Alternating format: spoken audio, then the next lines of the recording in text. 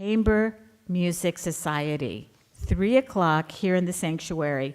It's a real musical treat if you haven't been. There's no charge. It's top-rate classical music, and much of it is in place thanks to Robin and Jim Patterson.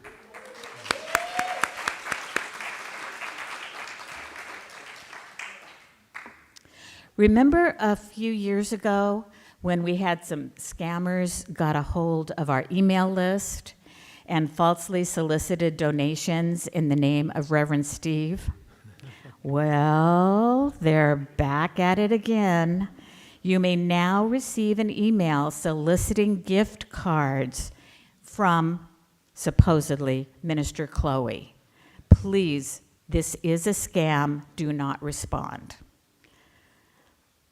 I also would like to take a minute to thank our Multicultural Outreach Director, Jewel. Jewel, put your hand up. There's Jewel. For putting a talented music producer together with some congregants to create an original song for PUC. It's called the Universal Welcome Song, and you heard a sample of it last Sunday. We look forward to hearing the choir perform this song again, so thank you, Jewel. Okay, we are now ready to begin our service with our chalice lighting.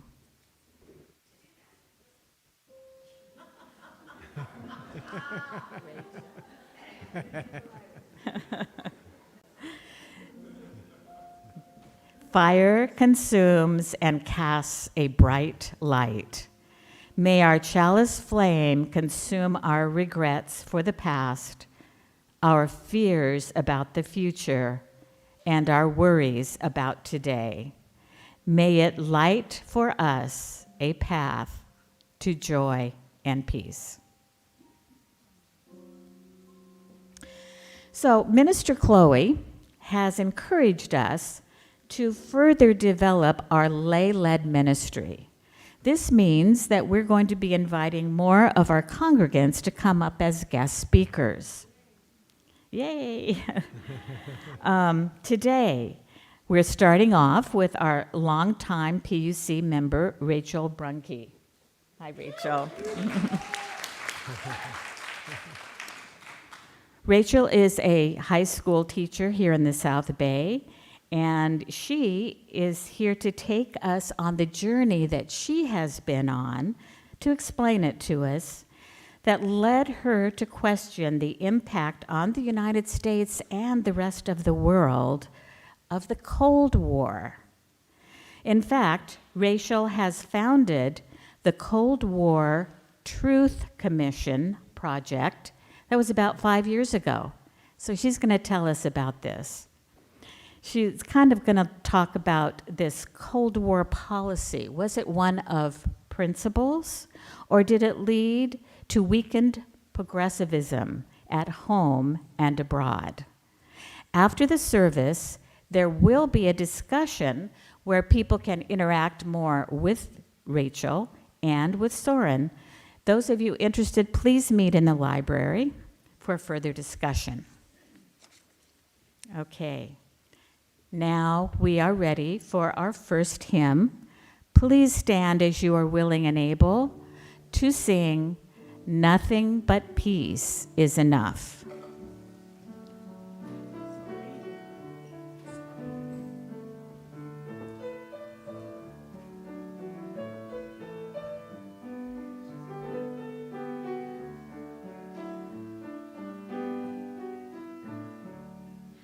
Nothing but peace is enough for me. Nothing but peace is enough.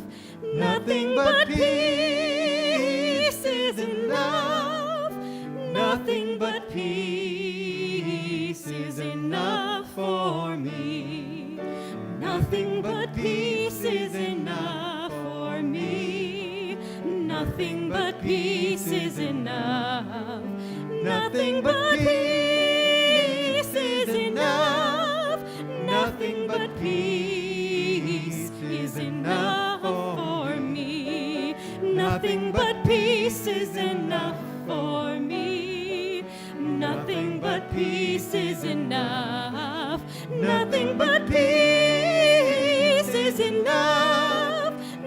nothing but peace is enough for me.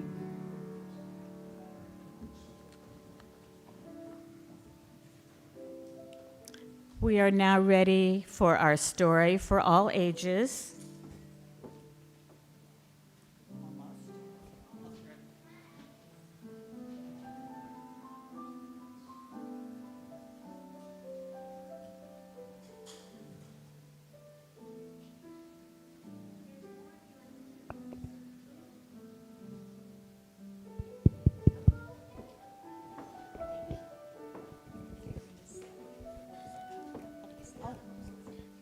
Okay, good morning. Jewel, just Yes. for one quick second, Rachel wanted me to let everybody know that this wonderful story that you're going to share is by Dr. Seuss. And he wrote it back in 1984 as a plea to end the arms race. That book was banned for a while, but now it's back. So only for time today, we're going to read a very shortened version of this. The Butter Battle Book by Dr. Seuss. For a while that worked fine. All the Zooks stayed away, and our country was safe. Then one terrible day, a very rude Zook by the name of Van Itch snuck up and slingshotted my snickberry switch. With my broken off switch, with my head hung in shame, to the chief Yukaroo in great sorrow I came. To the chief Yukaroo in great sorrow I came. But the leader just smiled. He said, "You're not to blame." And the Zooks, and those Zooks will be sorry they started this game. We'll dress you right up in a fancier suit. We'll give you a fancier slingshot to shoot. And he ordered the boys in the back room to figure how to build me some sort of a triple sling jigger.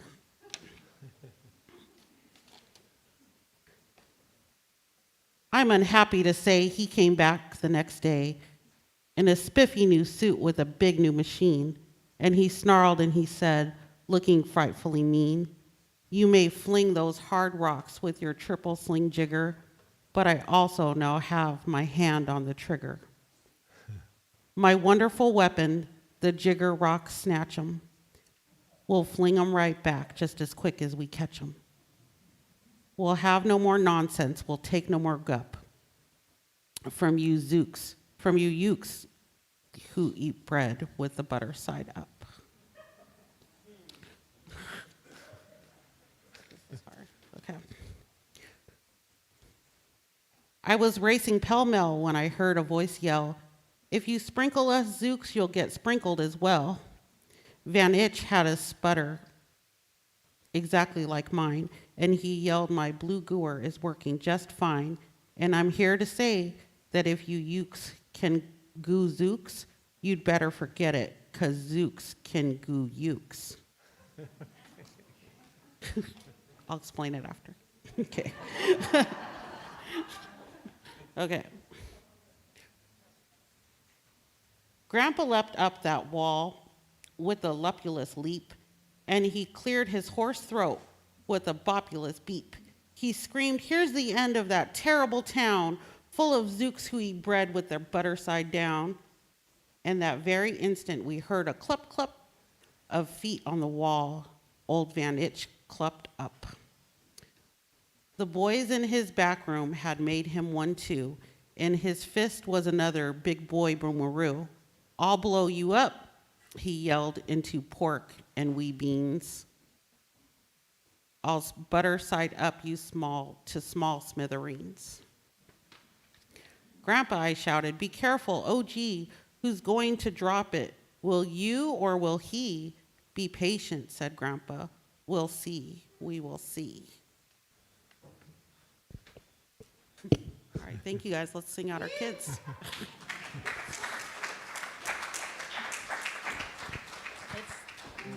Here we go. Sing out the kids. Go now in peace, go now in peace. May the spirit of love surround you everywhere, everywhere. everywhere you may go.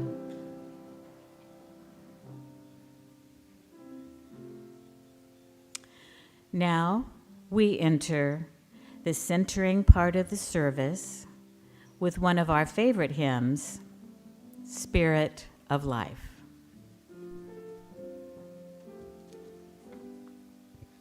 Spirit of of life, come unto me, sing in my heart all the stirrings of compassion.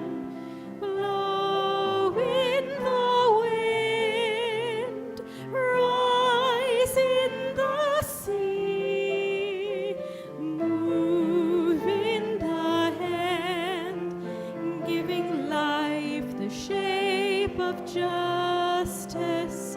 Roots hold me close, wings set me free. Spirit of life, come to me, come to me.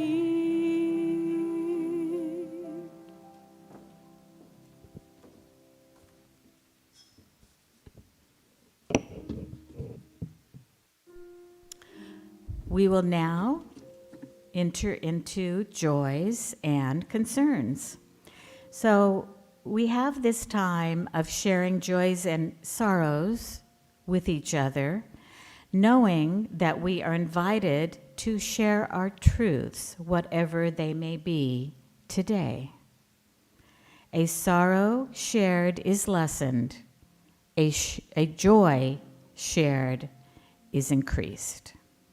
Please line up to receive a candle and share with us.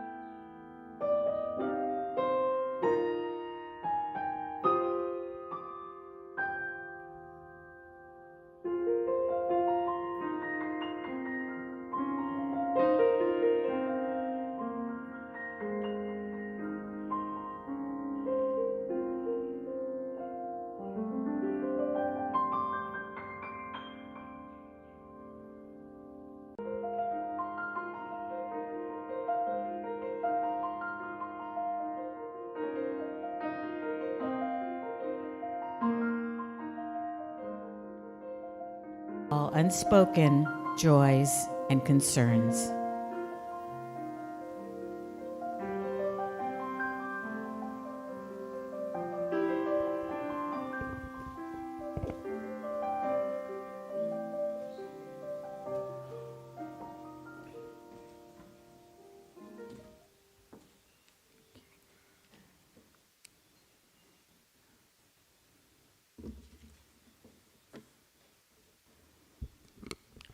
Today, I would like to share with you a prayer for America by Tamara Labak.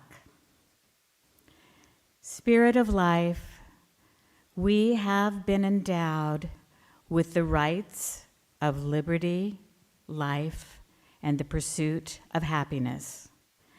We gather holding a common value that the glory of this country rests first and foremost on its diversity. Out of many ideas, out of many beliefs, many views, many voices, out of many passions and experiences, we are one. May we never forget that we need not be alike or think alike to live and love alike. We ask for forgiveness this day for our national and individual transgressions, what we have chosen, when we have chosen inaction or silence in the face of injustice and abuse of power, and our failure to claim our own. We ask for forgiveness for when we have not known our own neighbors, when we have not fed our hungry or equipped our future generation with knowledge and love. We ask for a blessing on our nation according to our own faith and forms, and pledge our voice in support of moving closer to freedom. These and the prayers of our hearts we pray now, in the name of those who have come before and those who are yet to be, in the names of all the helpers of humankind. Amen.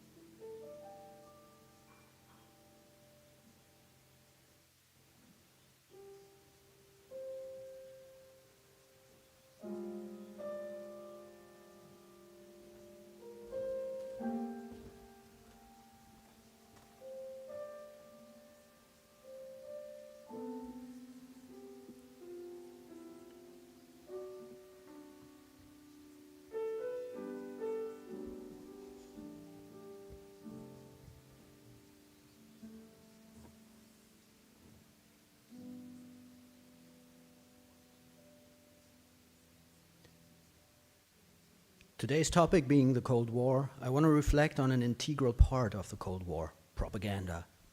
This is the secret of propaganda, to totally saturate the person whom the propaganda wants to lay hold of with the ideas of the propaganda without him even noticing that he is being saturated, remarked psychologist Paul Watzlawick. Growing up in East Berlin in the 80s, I enjoyed East and Western German propaganda. The West was more subtle, it definitely swayed us. The unspoken rule, though, was find an approximation of truth somewhere in between the conflicting narratives. When the Eastern Bloc suddenly imploded, there was this naive hope. Bye-bye Cold War, bye-bye propaganda. The West has won, done. But propaganda stuck around, only changing course and villains. The next new Hitler, Stalin, terrorist is always just around the corner, and IT helps us turn corners even faster. The French scholar and Christian anarchist Jacques Ellul described the effect of modern propaganda like this: the orchestration of press, radio, and TV to create a continuous, lasting, and total environment renders the influence of propaganda virtually unnoticed, precisely because it creates a constant environment. The mechanisms of modern information induce a sort of hypnosis on the individual. It is not true that he can choose freely with regard to what is presented to him as the truth. Written 60 years ago. Propaganda cunningly pits us against each other. We need to learn to tune it out and unite to fight what will otherwise end us. Climate change, sped up by mindless consumerism and what General Douglas MacArthur called an arms economy, bred in an artificially induced psychosis of war hysteria and an incessant propaganda of fear.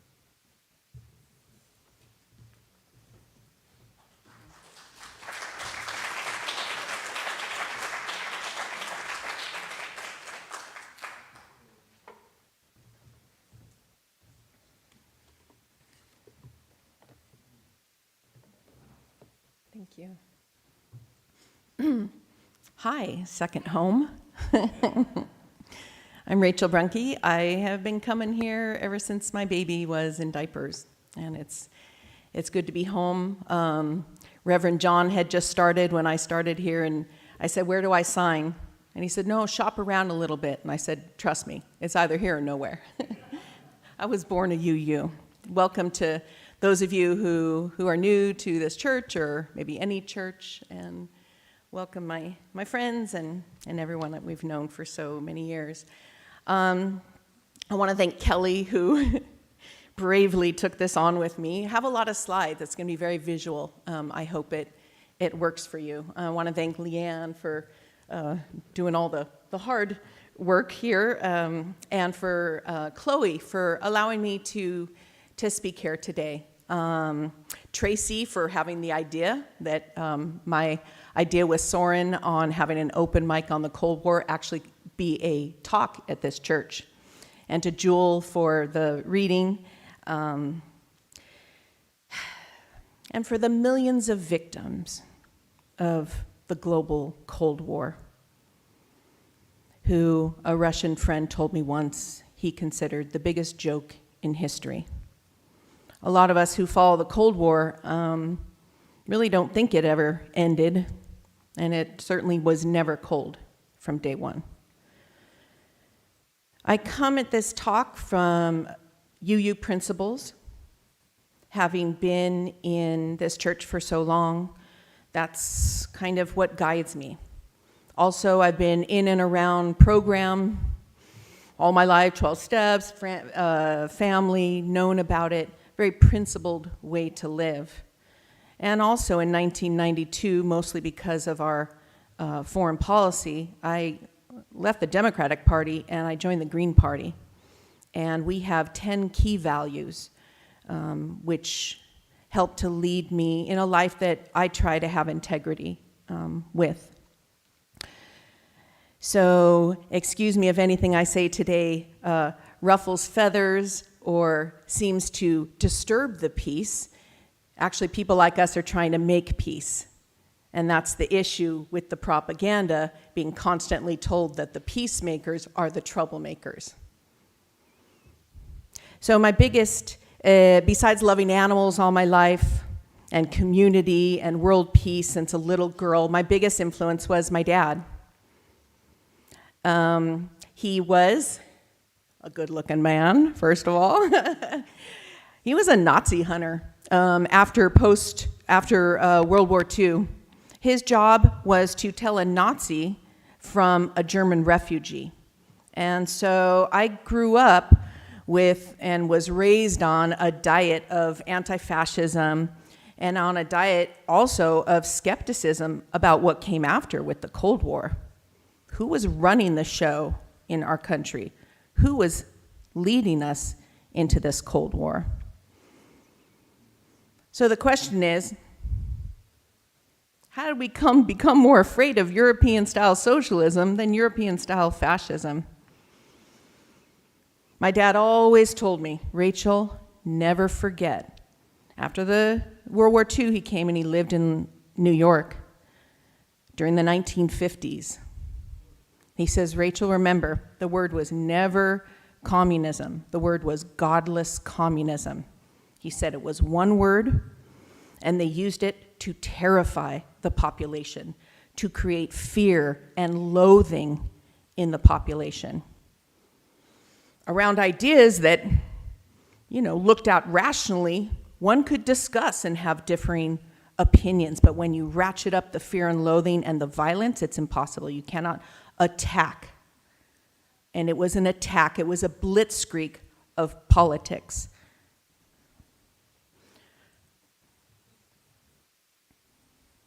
So the next slide on FDR, my question, and again, how I came to question the Cold War. How was this idea of FDR's, the economic New Deal, that seems obvious to us now, how is it almost law of the land, President of the United States, beloved, but his supporters pursued, vilified throughout the 40s and the 50s into this witch hunt? How does his ideas go from here to now Bernie Sanders, having very similar ideas, can't even get the Democratic nomination and is considered a joke? What happened in that 60, 70 years in our country to the psychology, the culture, the politics, the values of this country? So we ask ourselves, all the time, how is it that we're here? It has to be asked. Have you no decency?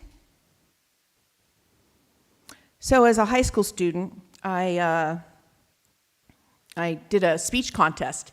It was not a peace speech contest, but I made it into a nuclear war contest. The title was You and I and Tomorrow. And all the rest of the high school kids, pranced along and did what they do. And I did what I did at 15, and I said, a blinding flash of white light, brighter than 1 million suns, 8,000 feet above the Empire State Building. And thus began my anti-nuclear war speech. And I circled the name, some of you old-timers know. One of the judges was Ed Hummel, a beloved member. Raise your hand if you remember Ed Hummel. Yeah, very good. And he was one of, I didn't see until I saw this years later. I think I showed it to him before he moved away. So it's more relevant than ever today what we're talking about and the need to stop nuclear war. We are on the brink, closer than ever before. And if you're not confused, you don't know what's going on. The Cold War is confusing, it's controversial, and it never ended, and it never was cold. Of course, that statement was by Edward R. Murrow, war correspondent in World War II, who later became a correspondent in CBS, who later was blacklisted for his ideas. He was a beloved person in this country, later blacklisted by the Cold War. So he made this great movie.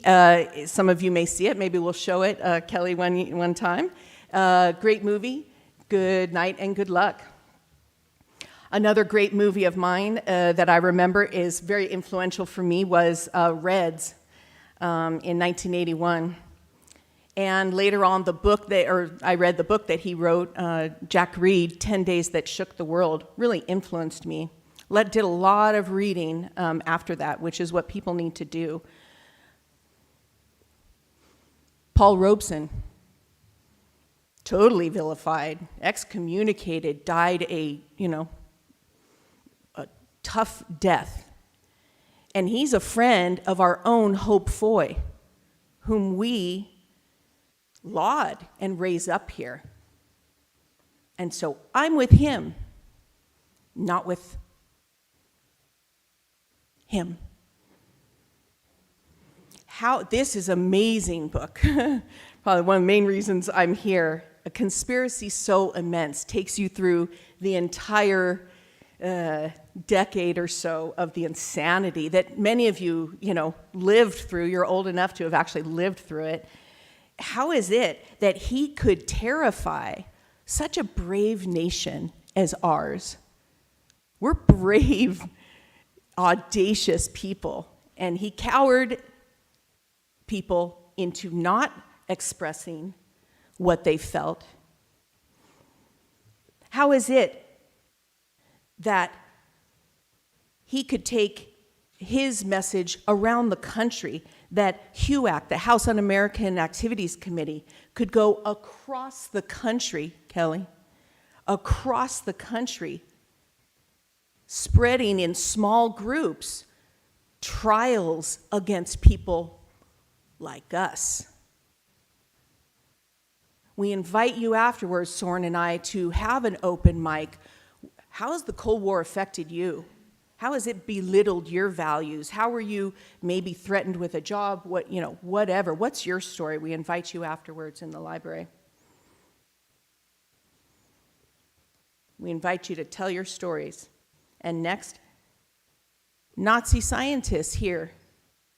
How is it that after World War II, Nazi scientists get to come here to make missiles to point at an entire nation of anti-Nazis?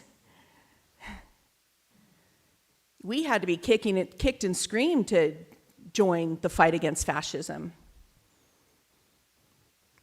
So to me, the Cold War is sort of like a Trojan horse that brought fascist ideas or allowed them to surface today. And we ask, how did we get to today? It didn't happen February, and it didn't happen in 2016. It's a lot before.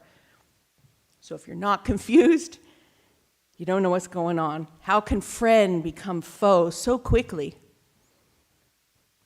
That communist hysteria, anti-communist hysteria, is today Russophobia. We can't hate our way into solutions. The sleep of reason produces monsters. This is one of my favorite paintings by Francisco de Goya. El sueño de la razón produce monstruos. We have to be reasonable. We have to be logical, rational. And we have to let voices share. Or else we produce monsters. Decades heading the FBI, so unconstitutional, so harmful to debate and to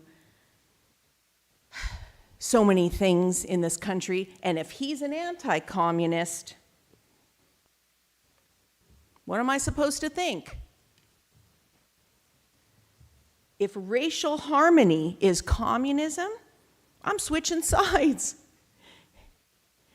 Because George Floyd and the anger that brought up is still with us today.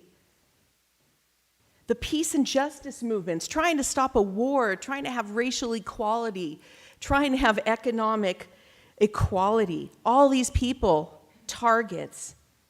If these movements are targets, if anti-communism is what this is all about, it has a lot to answer for.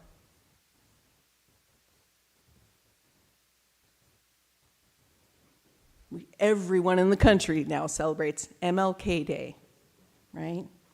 How many murders at home and abroad? Always, almost always, the progressive left. If you could make a list, think about it, of the assassinations. It's all on our side. So this is an amazing book. Raise your hand if you know it. Labor's Untold Story.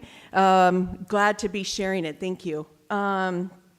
If Chloe were here, she'd probably know it. She's super on labor. So this is a great book that shows me, a friend of mine, she said, look on page 15, the footnote. The footnote on page 15 talks about the politicians and the preachers in the 1850s, after the Communist Manifesto was written, 1850s, saying the problem with these abolitionists is that they're not just anti-slavery, they're communists and socialists. We've been red-baited for 170 years. So I started to act. I started the Cold War Truth Commission project. This was our first attempt. It was wonderful. It was at the First Synagogue in Los Angeles. And we had many speakers started it. And then a couple years ago on Zoom, we had a 10-hour webinar called the Cold War Truth Commission, 45 speakers. The son of the Rosenbergs spoke. The son of exiled CIA agent Phil Agee spoke. Jeff Cohen, the producer of the Phil Donahue Show, spoke. And Daniel Ellsberg of the Pentagon Papers. And his conclusion at our Cold War Truth Commission is that basically the Cold War and the military-industrial complex in this country was a jobs program. It was to keep, and so much, the LA economy going. I'm going to show you a video from just 3 minutes. It's a longer video of one of our speakers from the first year. Her name is Julia Scoville, and her family might be watching from Facebook right now. And she was 98 years old when we did this interview. She has since passed. She was a great member of San Pedro Neighbors for Peace and Justice. Julia, I'd like to know, I know you were a nurse, that was your profession for many, many years. You became a nurse in the 1940s during World War II, but then after World War II, you had mentioned once that you were given a list by your employer of groups, a piece of paper with a list. Could you tell us about that story? What did your employer say to you about that list? What did he or she ask you? Was I a member of any of these organizations? And what did you answer? I thought about it, and I realized, there was a witch hunt going on in the country, and I know I needed my salary in order to survive, and so I signed it. You signed it saying that you were not a member of any of the organizations. Yes. But were you? Yes, I was. Yeah. And what kind of organizations were they? They were usually organizations that were active. As I can remember, these were anti-racist groups who were supporting people who were in poverty, especially young children. For me, it was like the census. It was included most of the people that I was interested in working with. How did it feel when you had to sign something you knew wasn't true, but to keep your job? And these were all groups that you thought were important, humane groups. It was really frightening, I think. They discouraged a humane approach towards the problems of their fellow citizens. During World War II, the Soviet Union had been our ally, and throughout the 1940s, there were so many organizations that you said tried to establish friendship between people in the Soviet Union and Americans. But then after the war, all that was changing, and you were all kind of seen as an enemy. Do you remember those times? Was that tough, that change in America?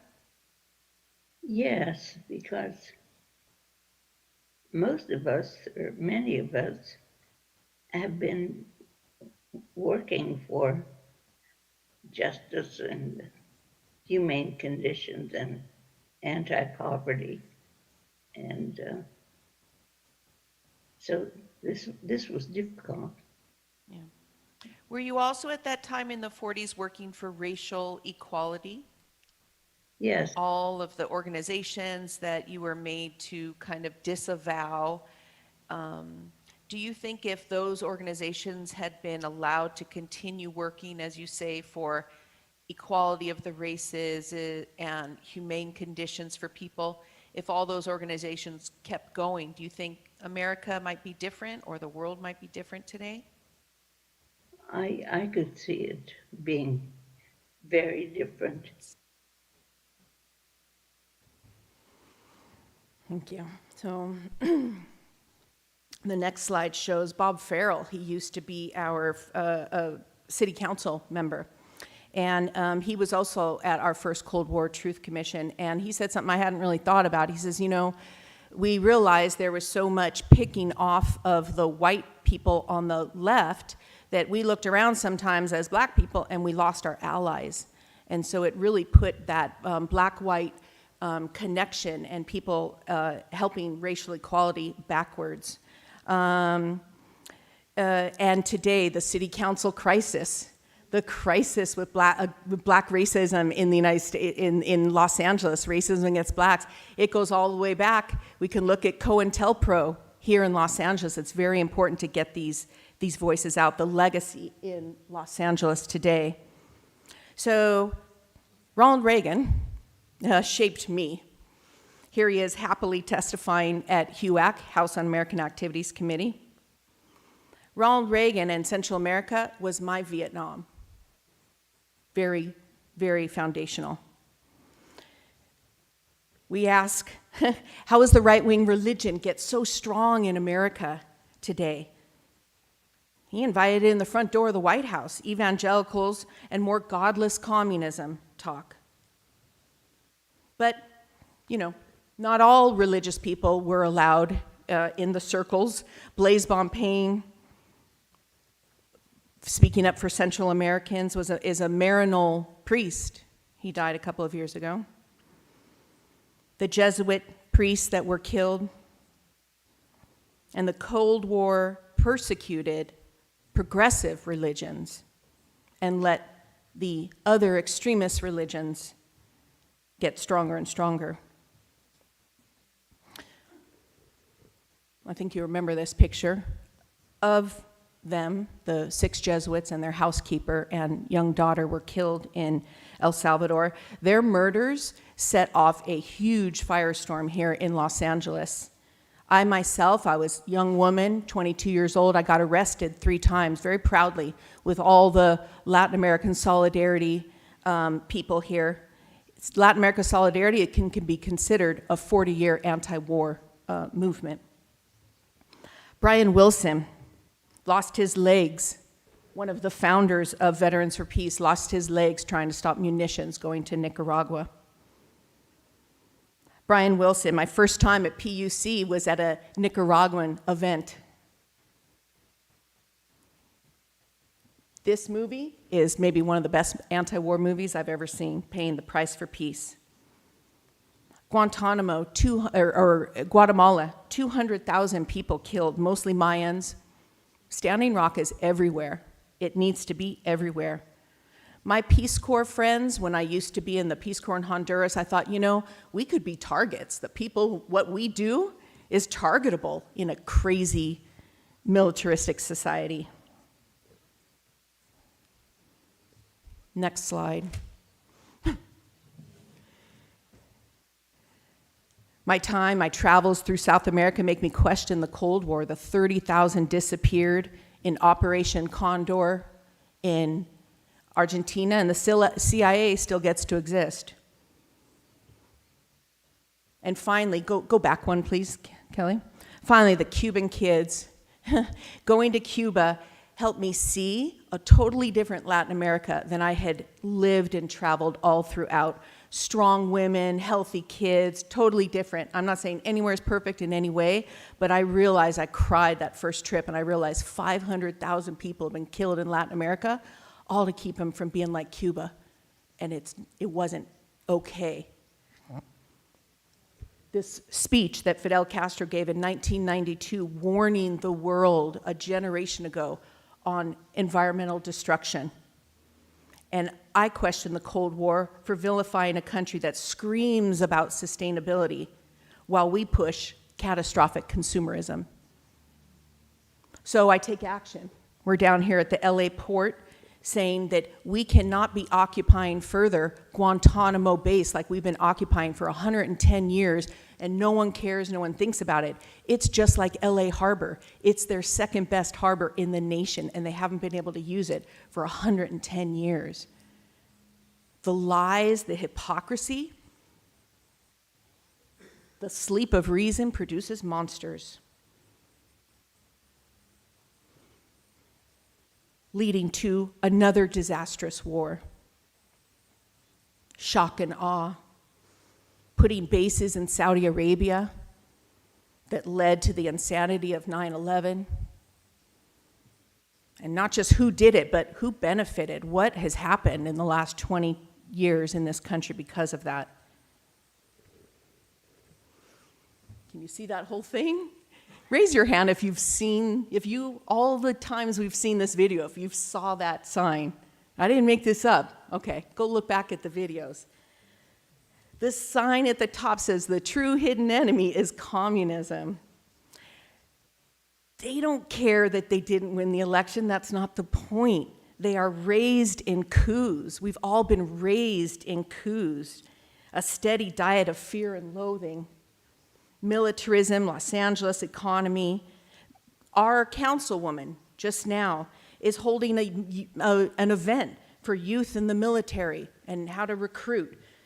When we have a climate crisis, that's what kids want to work on. Water, not wars. We're better than that. Our culture is better than that. Our science is better on that. I sometimes consider that we're some of the most oppressed people on the earth because there's so much goodwill in this country. There's so much possibility, and we're not allowed to let it happen. Militarism has been built up over 70 years in this country, and we could argue longer, and we must transition to peace. Our budget has to be better than this. It's a disrespect to ourselves who put our lives every day to earn that money. It's a disrespect to ourselves to tolerate this. And as a lifelong educator, I know kids would not approve of this budget. US military surrounding China, Obama's pivot to Asia right after we got out of Iraq. We have to have something to do with the military. Why don't we pivot to peace? Why don't we transition, like we've been trying for decades, to a peaceful economy? NATO, created 5 years, if I'm not wrong, Soren, after the Warsaw Pact, could have been dissolved after the Warsaw Pact, after the wall came down, but it wasn't. It has expanded. That's the point. There's a Medea Benjamin, Code Pink. She wrote an amazing book. They're on a national tour right now. Please read it. They're going to be here December 10th also in Los Angeles. My baby. Hi, honey. She might be in Scotland listening to me right now, and I'm going to wrap up. Obama did a lot of harm internationally, but his Cuba moves were good, and it proves that peace is possible. Imagine cooperation. Imagine a different response, even when we feel fear and loathing. Be the change. A lot of you recognize this yard. This is my home, Harbor Farms. This is how I try to be the change. The Cold War has done too much damage to the land, to the world's farmers and city folk worldwide. We must cooperate in peace, and I believe all this, and I have to ask you, ain't I an American? It's okay to question the Cold War. Thank you.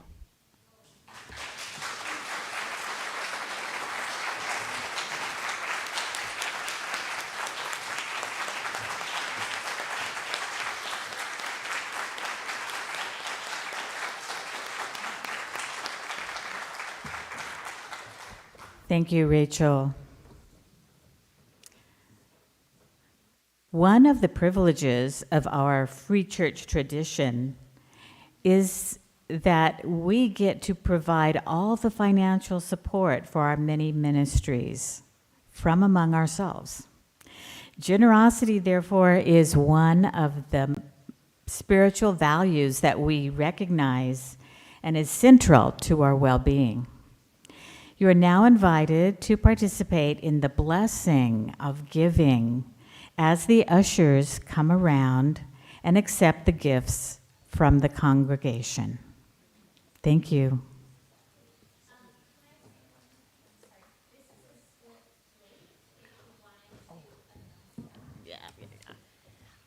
Cuba just suffered the same horrible hurricane as Florida, and they're having a real tough time. So this split plate today is going to Pastors for Peace.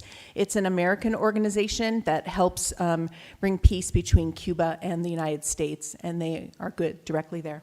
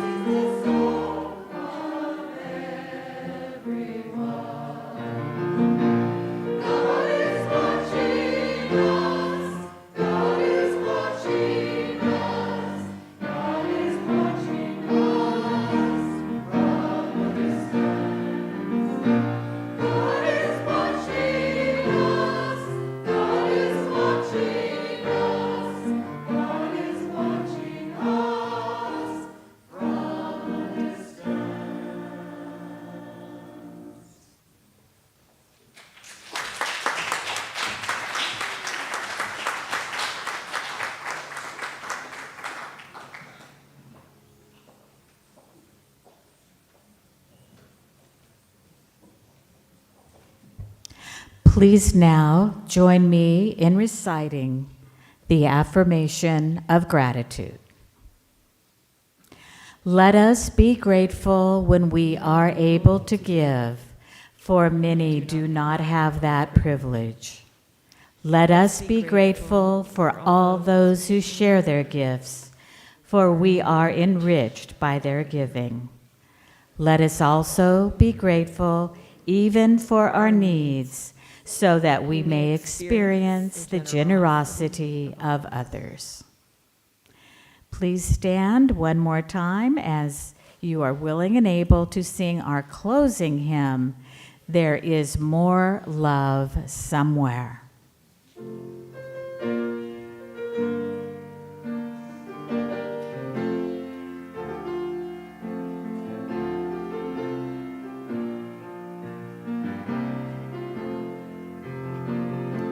There is more love somewhere. There is more love somewhere. I'm gonna keep on till I find it. There is more love somewhere. There is more hope somewhere. There is more hope somewhere. I'm gonna keep on till I find it. There is more hope somewhere. There is more peace somewhere. There is more peace somewhere. I'm gonna keep on till I find it. There is more peace somewhere. There is more joy somewhere. There is more joy somewhere. I'm gonna keep on till I find it.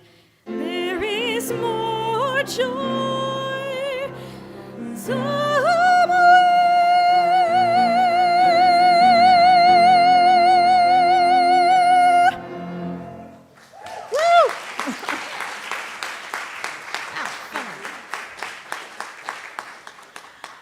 Okay, Rachel, come and join me for the closing words. This church is dedicated to the proposition that behind all our differences, beneath all our diversity, there is a unity that makes us one and binds us forever together, in spite of time and death and the space between the stars. We pause in silent witness to that unity.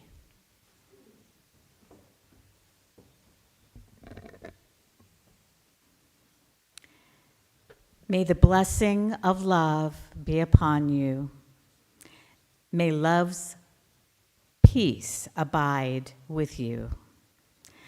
May love's presence illuminate your heart now and forevermore.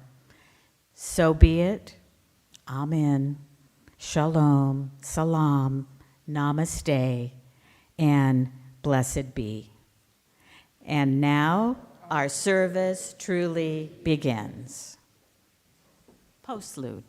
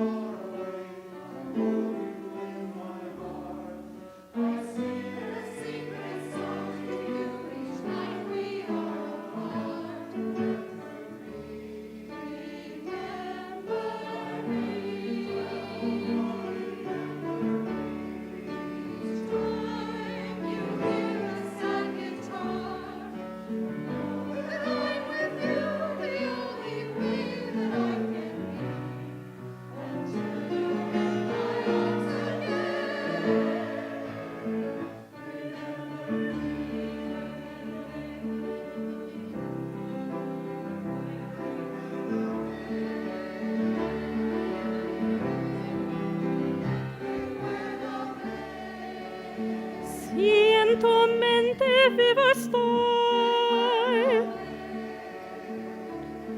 Mis sueños yo te doy, te llevo en mi corazón y te acompañaré.